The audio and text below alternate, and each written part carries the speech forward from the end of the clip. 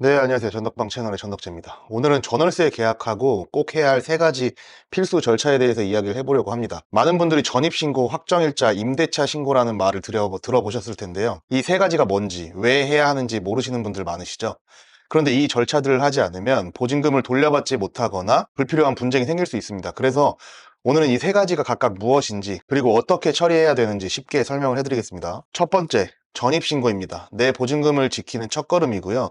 전입신고는 이사한 주소를 주민센터에 가서 신고하는 절차입니다.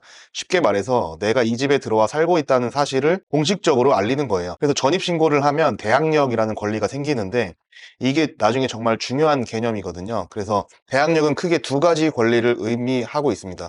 첫 번째가 계약 기간 동안 그 집에서 거주할 수 있는 권리고요. 두 번째가 계약 기간이 끝났을 때 보증금을 돌려받을 수 있는 권리입니다. 그래서 전입신고를 해야 집이 경매로 넘어가더라도 어느 정도 보호를 받을 수 있다는 뜻이죠. 그리고 이 전입신고는 이사하고 14일 안에 꼭 하셔야 돼요. 14일이 지나면 과태료가 부과될 수 있기 때문에 잔금하고 이사하고 나서 바로 하시는 게 좋고요. 두 번째는 확정일자입니다. 보증금 우선 변제권을 위한 절차이거든요.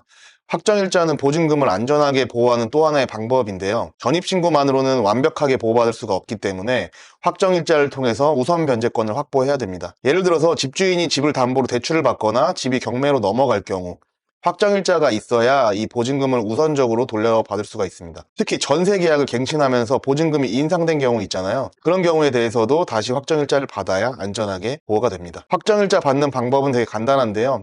주민센터에 계약서를 가지고 가서 전입신고할 때 확정일자도 같이 받을게요 라고 말하면 됩니다. 그럼 그 자리에서 바로 도장 하나 찍어주거든요. 그렇게 진행을 하시면 됩니다. 세 번째는 임대차 신고인데요. 정부의 계약 내용을 신고하는 거라고 보시면 돼요. 그래서 이거는 21년 6월 달부터 시행된 제도인데 보증금이 6천만 원 이상이거나 월세가 30만 원 이상인 전월세 계약은 반드시 신고를 해야 됩니다. 둘 중에 하나만 해당이 되면 신고를 해야 되는 거고요. 임대인과 임차인 중 한 명이 하시면 되는데 보통은 전입신고하고 확정일자 할 때 이 임대차 신고가 세트거든요.